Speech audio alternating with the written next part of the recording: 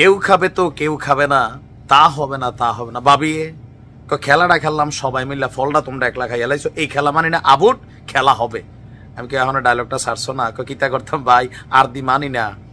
ভাবির অভিযোগ হচ্ছে জুলাই আগস্ট অভ্যুত্থানে ভাবির কয়েকজন আত্মীয় স্বজন আছে, তারা বড় মানের সমন্বয়ক ছিল।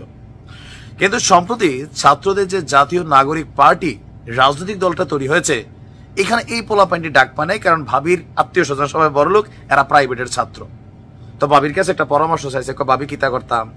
তো ভাবি চিন্তা করছে তোমরা একটা দল কইরা ফেলো, একটা না আছে মাঠে, আর একটা আসবে, খেলা হবে।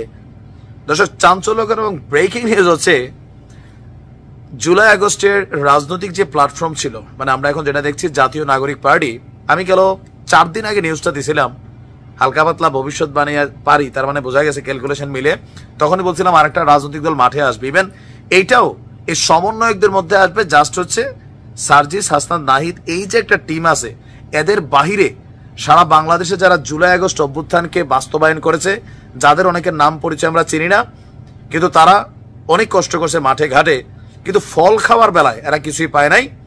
সার্জিস হাসনাতরা কেউ কোটি কোটি টাকার মালিক হয়েছে অনেকে বলে, আর আমার মনে এত টাকা কই থেকে পাইবো পোলাপাইন মানুষ।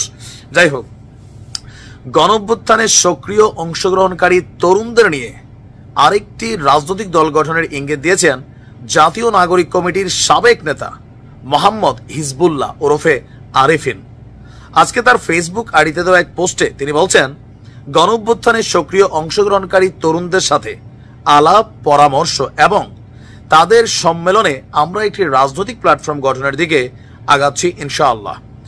বিদ্যমান রাজনৈতিক সংস্কৃতির পরিবর্তন ও ধর্মীয় বিশ্বাস মূল্যবোধের ভিত্তিতে গঠিত এই বদ্বীপের সামাজিক চুক্তিসমূহের পুনর্বহাল হবে আমাদের রাজনৈতিক ভিত্তি। এই বদ্বীপের তহজিব তমুদ্দুনকে আঁকড়ে ধরেই আমরা নতুন রাজনীতি বিনিময় করব। শব্দ শুনে মনে হচ্ছে এটাও জামাতের ডি অথবা ই টিম নাকি, মানে এরকম শব্দ আমরা নতুন দেখছি। তার বক্তব্য যে আমাদের রাজনৈতিক সংস্কৃতিতে চাঁদাবাজি, দুর্নীতি এগুলো পুরান কথা, পরিবর্তন চান এটাও পুরান কথা, পেশি শক্তি নির্ভর রাজনৈতিক সংস্কৃতি পুরান কথা, যেখানে মানুষের গুরুত্ব এগুলো পুরান কথা। ভারতীয় আগ্রাসন এটা নতুন ট্রেন্ডে আছে, এটারও ব্যবহার করবেন। দুর্নীতির বিরুদ্ধে জিহাদ ঘোষণা এবং বদ্বীপের আদিবাসীদের অর্থনৈতিক আজাদি, শব্দগুলো শুনে মনে হচ্ছে কোনো না কোনো ইসলামিক ধারায় একটা গ্রুপ নতুনভাবে এখানে আত্মপ্রকাশ করতে চাচ্ছে। কিওয়ার্ডগুলো প্রত্যেকটাই খুবই কমন পরিচিত ইসলামিক ওয়ার্ড, যেগুলো আমরা জামাতের মধ্যে এতটা দেখি না, আরো অন্যান্যদের মধ্যে কিছু আছে, দলের নাম নিলাম না। এখন কি হবে? এই দলটা যদি মাঠে আসে, এটাকে অন্যান্য যে রাজনৈতিক দলগুলো আছে, জাতীয় নাগরিক পার্টির শক্তিকে শেষ করার জন্য এদেরকে কিন্তু ব্যাকগ্রাউন্ডে সাপোর্ট করবে।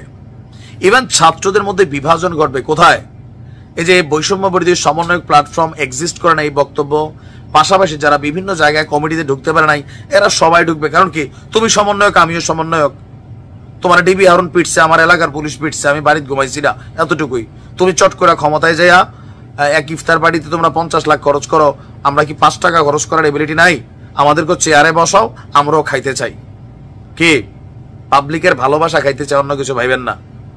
জাতি হিসাবে আপনারা ক্লিয়ার হন। যাই হোক, তো নতুন পার্টিকে স্বাগত। আমরা মনে করি এরকম 2-4-10টা সমন্বয়কদের থেকে দল আসা দরকার। মানুষ যারে ভালোবাসে গণহারে ভোট দিবে। বিএনপি কিন্তু মনে মনে খুশি।